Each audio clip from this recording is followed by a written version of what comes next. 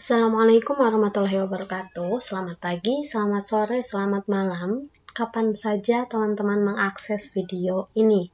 Ya, salam sehat untuk kita semuanya. Pada kesempatan kali ini, teman-teman, saya akan menyampaikan teori tentang evidence midwifery, asuhan kebidanan neonatus bayi dan balita. Nah, pada kesempatan kali ini saya akan menyampaikan 5 subpokok bahasan.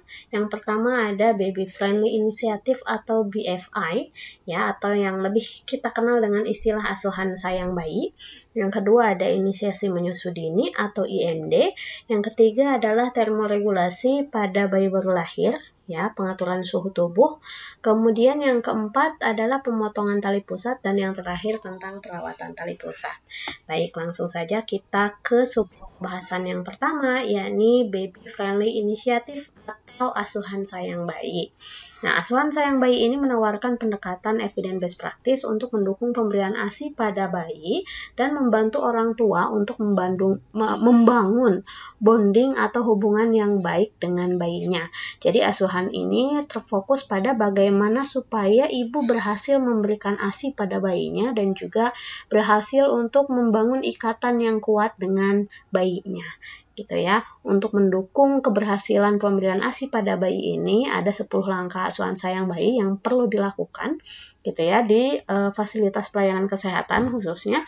Yang pertama itu perlu adanya kebijakan tertulis terkait dengan pemberian ASI, ya.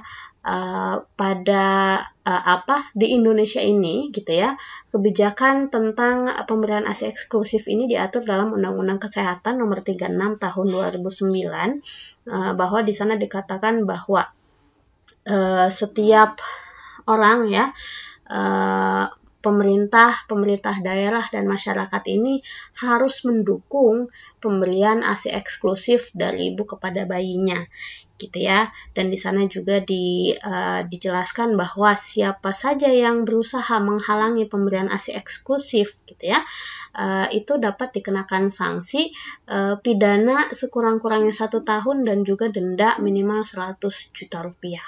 Ya, ini nggak main-main kebijakannya. Kebijakannya diturunkan juga menjadi peraturan pemerintah nomor 33 tahun 2012 ini tentang pemberian ASI eksklusif.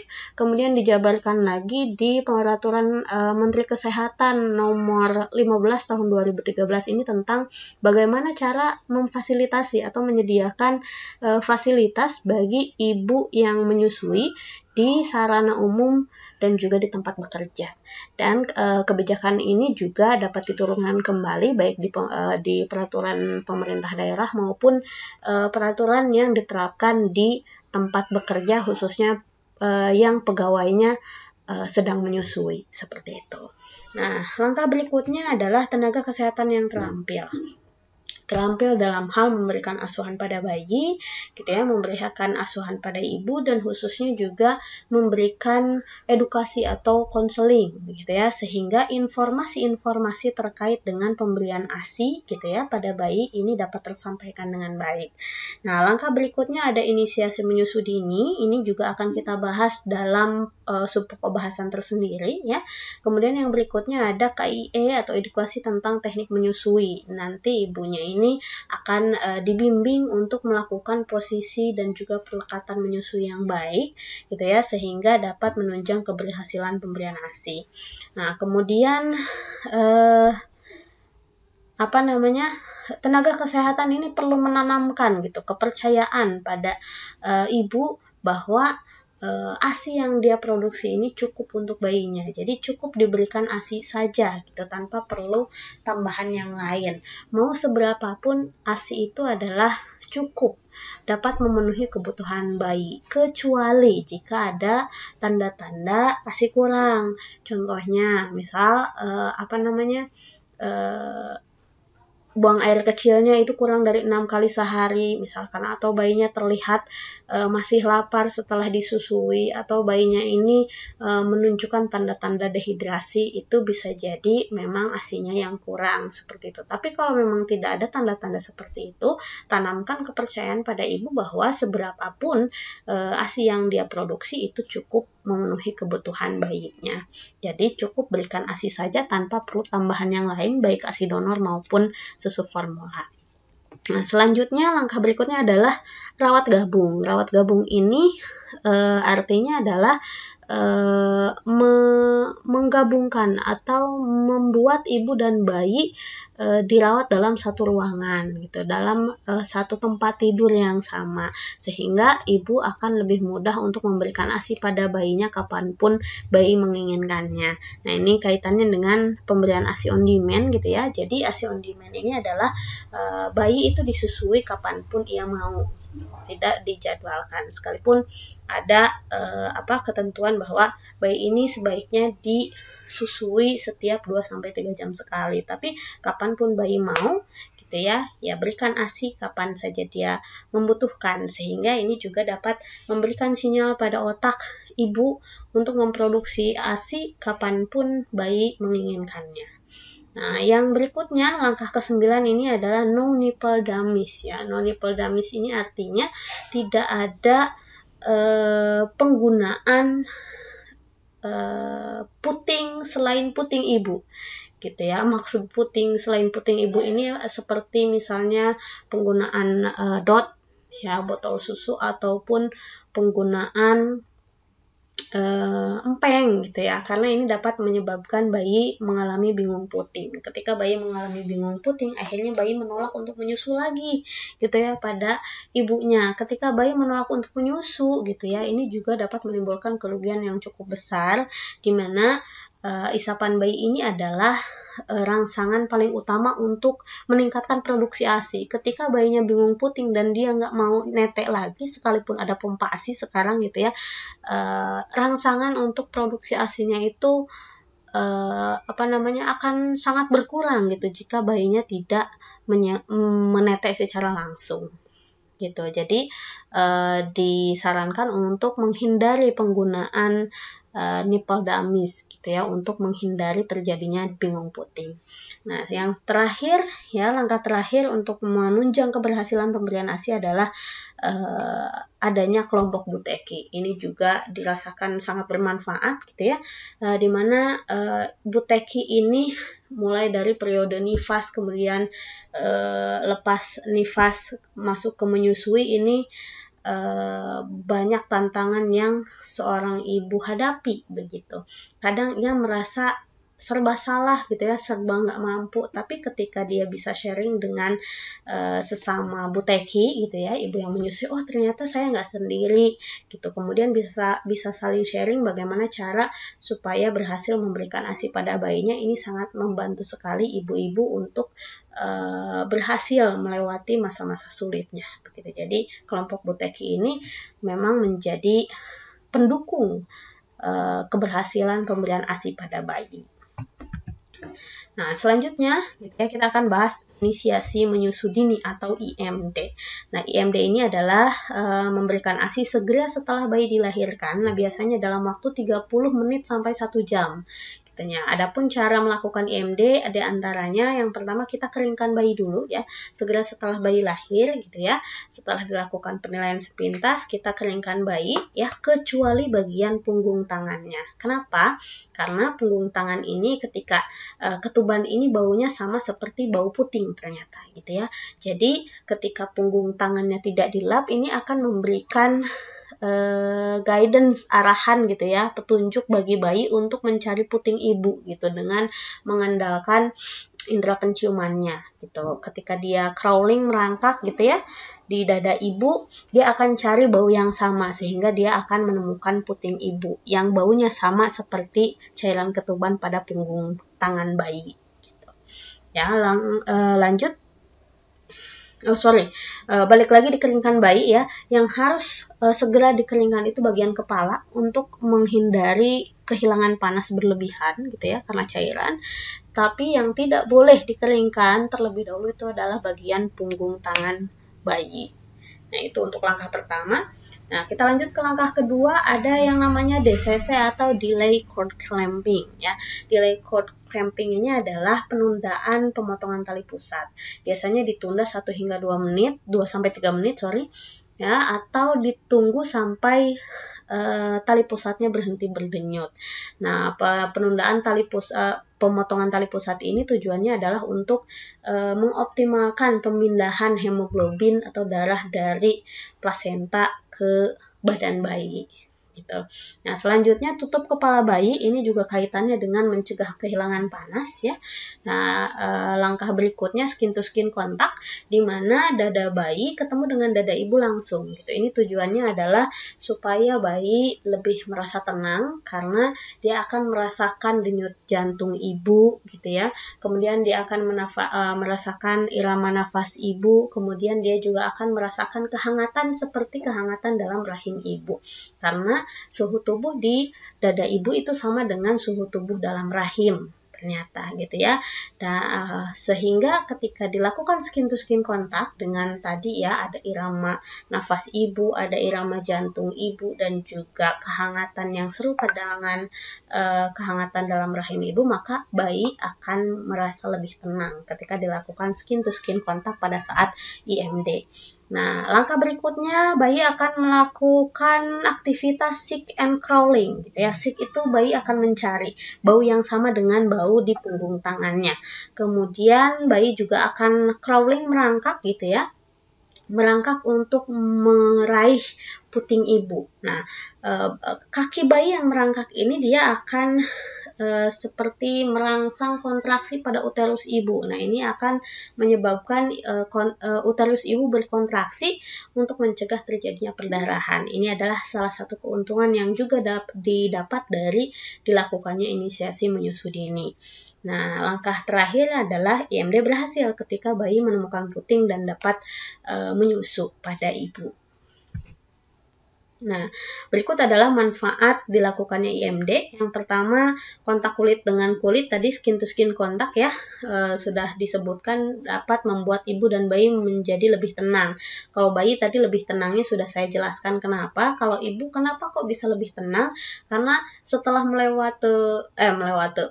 melewati fase sulit gitu ya, pas bayinya disimpan di dada ibu, dia dapat melihat wajah bayinya gitu. Maka ibu akan merasa lebih tenang, merasa lebih gembira begitu, sehingga hormon-hormon bahagianya itu keluar dan akhirnya ibu menjadi lebih tenang.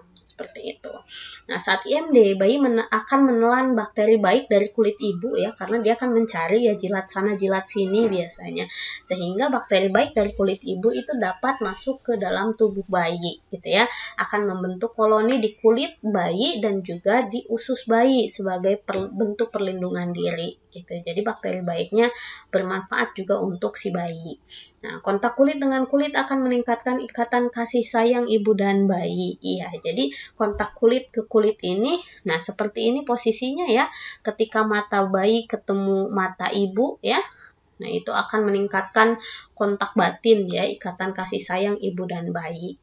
Itu kemudian tadi karena gerakan crawling ya, ini dapat merangsang kontraksi uterus sehingga dapat mengurangi perdarahan setelah melahirkan, dan ini juga dapat menyebabkan berkurangnya kejadian anemia pada ibu setelah bersalin.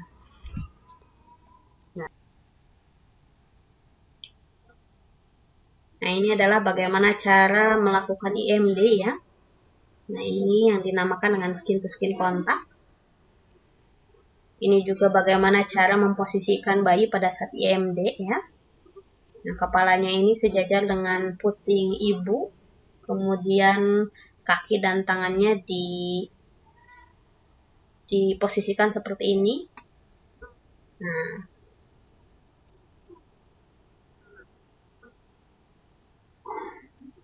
Nah, lalu bisa dibantu untuk menyusui pertama ya. Nah, ini keuntungannya bayi akan mendapatkan kolostrum, ya, ASI pertama yang kaya akan nutrisi, ya, dan kaya juga akan antibodi.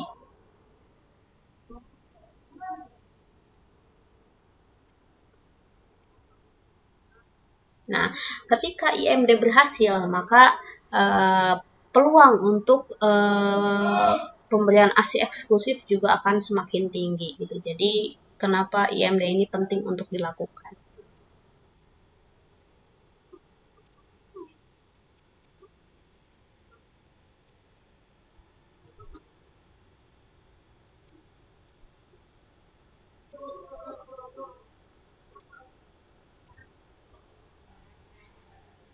Begini ya.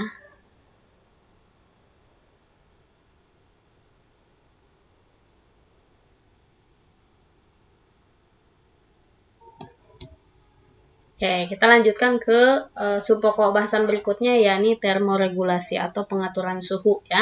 Nah, termoregulasi ini adalah pengaturan homeostasis suhu tubuh bayi ya untuk menyeimbangkan perolehan dan kehilangan panas tubuh. Termoregulasi ini penting dilakukan. Nah, kenapa? Karena bayi ini memiliki risiko kehilangan panas 4 kali lebih besar dibandingkan dengan orang dewasa. Nah, kenapa? Karena rasio atau proporsi permukaan tubuh bayi dengan berat badannya ini lebih luas permukaan berat badannya.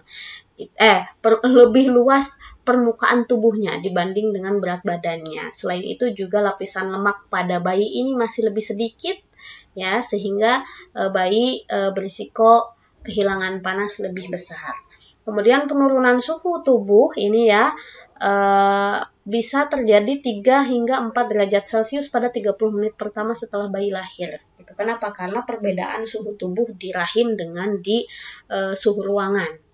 Gitu. Dan yang berikutnya, pusat pengaturan suhu tubuh bayi ini masih belum berfungsi sempurna, begitu ya, sehingga dia masih perlu dibantu untuk dihangatkan gitu. Belum bisa seperti orang dewasa ketika kedinginan dia bisa menggigil untuk menghasilkan panas sendiri. Sementara bayi ini masih perlu bantuan untuk menghangatkan tubuhnya gitu ya, supaya tidak kehilangan panas secara berlebihan. Nah, berikut adalah mekanisme kehilangan panas pada bayi. Jadi, bayi ini dapat kehilangan panas dengan 4 cara, gitu ya. Yang pertama, secara konduksi, ya. Bayi kehilangan panas karena bersentuhan langsung dengan permukaan benda yang suhunya lebih rendah. Contohnya, ketika bayi ditimbang pada timbangan bayi yang tidak ada alasnya gitu sehingga langsung dingin gitu ya, atau ketika tangan pemeriksa ini dia tidak gosok hangat dulu begitu ya, langsung saja ambil bayi gitu ya, sementara tangannya dingin gitu, itu juga dapat dapat meningkatkan risiko kehilangan panas secara konduksi. Atau misalkan bayinya disimpan di lantai misalkan ya, pada alas yang dingin seperti itu juga dapat meningkatkan risiko kehilangan panas secara konduksi. Nah, adapun kehilangan panas secara konveksi ini, bayi kehilangan panasnya karena kulit bayi bersentuhan dengan aliran udara yang suhunya lebih rendah. Contohnya, bayi disimpan di depan kipas angin gitu, bayi disimpan di dekat jendela yang terbuka seperti itu ya, atau bayi diletakkan di bawah AC gitu ya. Jadi kipasnya itu menuju ke arah bayi gitu ya. Jadi ada aliran udara gitu ya. Jadi kehilangan panasnya karena ada aliran udara. Itu dinamakan dengan konveksi gitu ya. Sementara kalau bayi kehilangan panas secara radiasi, itu bayi kehilangan panasnya karena bayi berada di lingkungan yang suhunya lebih rendah. Contohnya ketika bayi akan dilakukan pemeriksaan fisik, sementara alat-alat pemeriksaannya itu pada dingin gitu ya, dan diletakkan di samping bayi, maka suhu dari peralatan yang dingin itu bisa berpindah ke bayi gitu ya, menyebabkan bayi kehilangan panas secara radiasi. Atau contoh lainnya adalah bayi disimpan di ruangan ber-AC gitu dengan suhu yang rendah gitu ya, bukan di bawah AC tapi di ruangan yang suhu ruangannya itu rendah seperti itu ya. Kalau diletakkan di bawah AC langsung itu kehilangan panas secara konveksi. Tapi kalau di suhu ruangan yang lebih rendah itu namanya kehilangan secara radiasi. Dan yang terakhir adalah evaporasi, di mana bayi kehilangan panas karena suhu tubuh berpindah karena menguap bersamaan dengan cairan yang mengenai tubuh. Contohnya ketika bayi lahir kan ada cairan ketuban ya. Nah, itu tidak langsung dikeringkan sehingga panasnya menguap bersamaan dengan cairan ketuban. Contohnya seperti itu.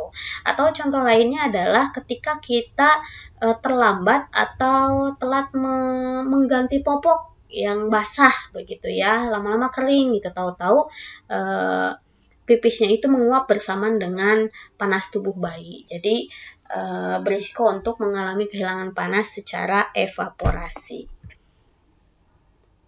Nah, lalu bagaimana cara mencegah kehilangan panas pada bayi? Yang pertama tentunya keringkan bayi, apalagi segera setelah lahir ya. Keringkan bayi supaya tidak kehilangan panas secara evaporasi. Tutup kepala bayi. Kenapa harus kepalanya yang ditutup? Karena proporsi badan bayi baru lahir itu yang paling besar adalah bagian kepala, begitu. Kemudian kepala juga merupakan pusat pengaturan suhu tubuh bayi, sehingga yang ditutup adalah bagian kepalanya. Kemudian lakukan skin to skin kontak. Kenapa? Karena skin to skin kontak ini efektif untuk transfer panas gitu ya, transfer hangat, terutama dari ibu ke bayi itu pada saat IMD. Nah, selanjutnya mandikan setelah 24 jam. Tunggu suhu tubuh bayi stabil dulu gitu. Jangan langsung dimandikan karena tadi suhu tubuh bayi kan masih belum stabil. Nah, tapi setelah 24 jam gitu ya, suhu tubuh bayi ini cenderung lebih stabil sehingga dapat dimandikan. Gitu. Kemudian hangatkan tangan ya. Sebelum mengambil bayi kita coba gosok-gosok dulu tangan supaya tangan kita ini terasa lebih hangat sehingga bayinya tidak kehilangan panas secara konduksi. Nah, lalu pakaikan pakaian yang hangat dan lembut, tapi tidak juga pakaiannya disetrika dulu mendadak gitu langsung dipakaikan. Justru itu akan menyebabkan luka bakar gitu ya, karena kulit bayi ini masih tipis dan sangat sensitif gitu. Jadi nggak perlu langsung disetrika, langsung pakein gitu ya. Karena kulitnya nggak setebal punya orang dewasa gitu ya.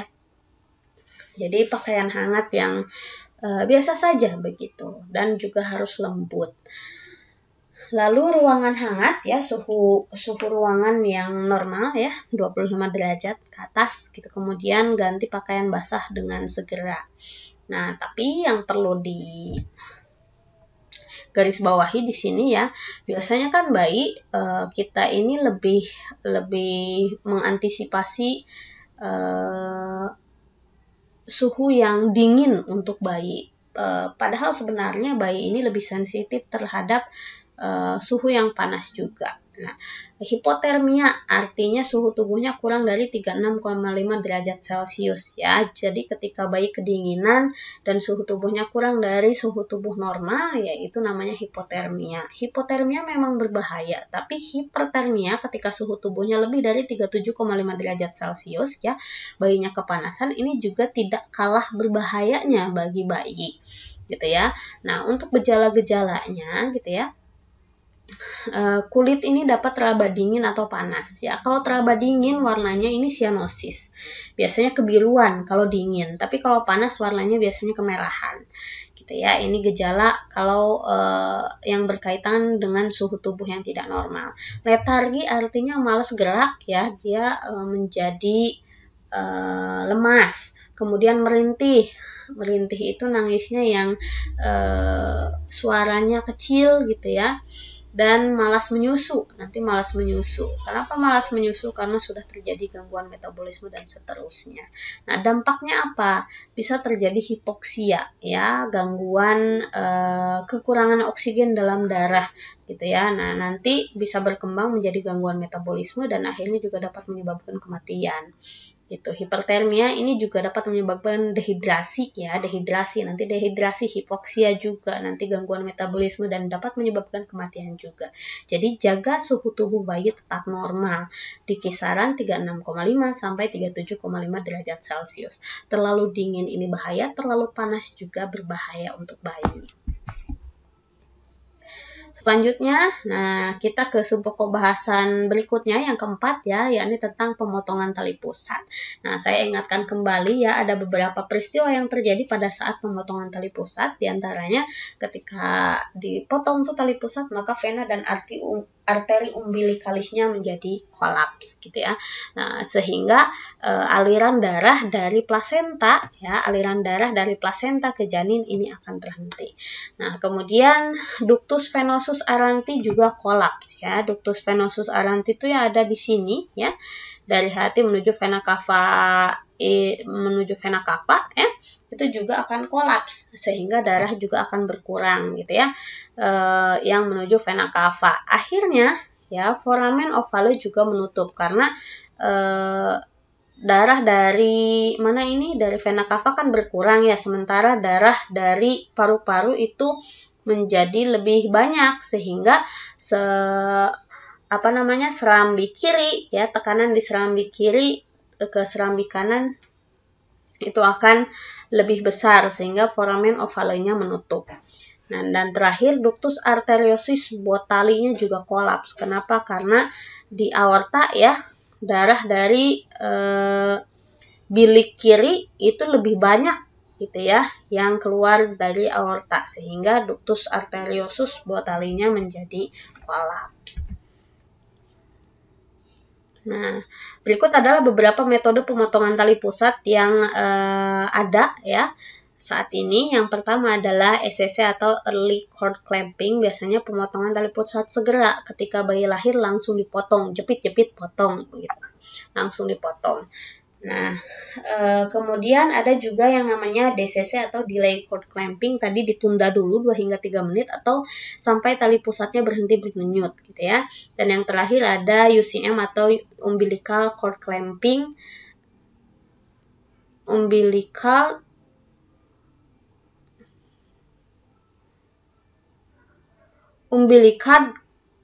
cord milking. Sorry ya, ini tuh umbilical cord milking. Jadi tali pusatnya diurut dulu ke arah bayi sebelum dilakukan pemotongan. Ini tujuannya supaya mengoptimalkan pemindahan hemoglobin darah dari plasenta menuju ke badan bayi. Sama dengan DCC, tapi ini lebih aktif gitu ya. Kalau DCC kan tunggu darahnya berpindah sendiri, tapi kalau UCM ini darahnya diurut langsung ke arah badan bayi seperti itu. Nah, yang segera ini masih dipakai biasanya pada bayi-bayi yang mengalami masalah biasanya sehingga dilakukan pemotongan segera dan dilakukan penanganan pada bayinya. Nah, tapi kalau di APN yang digunakan adalah DCC yang delay cord clamping ya, yang ditunda dulu. Sementara yang UCM ini masih belum digunakan gitu ya, masih belum umum digunakan kalau yang dilakukan pengurutan. Nah, teman-teman bisa lihat gambar di sini ya, ini ketika dilakukan pemotongan tali pusat dapat terlihat dengan jelas perbedaannya ya, ketika 5 detik ya tali pusatnya masih gendut seperti ini ya, karena masih ada aliran darah. 30 detik ini juga masih ada aliran darah di dalamnya. Tapi setelah 2 menit ini aliran darahnya sudah semakin sedikit, apalagi ditunda sampai 5 menit aliran darahnya sudah terhenti begitu. Makanya pemindahan darah dari plasenta ke badan bayi ini lebih optimal jika dilakukan penundaan. Nah, yang terakhir ya tentang perawatan tali pusat. Prinsip perawatan tali pusat ini adalah bersih dan kering. Jadi perawatan tali pusat nggak dilakukan secara khusus gitu ya, dirawat tali pusatnya sendiri tidak, tapi dilakukan pada saat memandikan dan saat mengganti atau memakaikan popok. Pada saat memandikan tali pusat, ya tali pusatnya juga ikut dicuci dengan sabun dan dibilas dengan air lalu dikeringkan. Seperti itu. Nah, kalau pada saat mengganti atau memakaikan popok, nah tali pusatnya ditempatkan di luar popok supaya nggak terkena air seni gitu ya, air pipis gitu, dan juga dia biar lebih kering, tidak lembab gitu. Jadi puntung tali pusatnya itu ditempatkan di luar seperti ini, tidak dibungkus apapun, kecuali kalau dikhawatirkan di rumahnya itu kurang higienis gitu ya, boleh ditutup dengan kasa steril yang kering. Dan sekarang ini tidak perlu dibubuhkan cairan apapun, baik itu povidon iodin, betadin ya, ataupun alkohol gitu, supaya tali pusatnya lebih cepat kering. Nah, itu dia teman-teman sekalian evidence based midwifery terkait asuhan kebidanan pada neonatus ya, bayi dan balita. Sekian dan terima kasih. Billahi fisabilillah. Wassalamualaikum warahmatullahi wabarakatuh.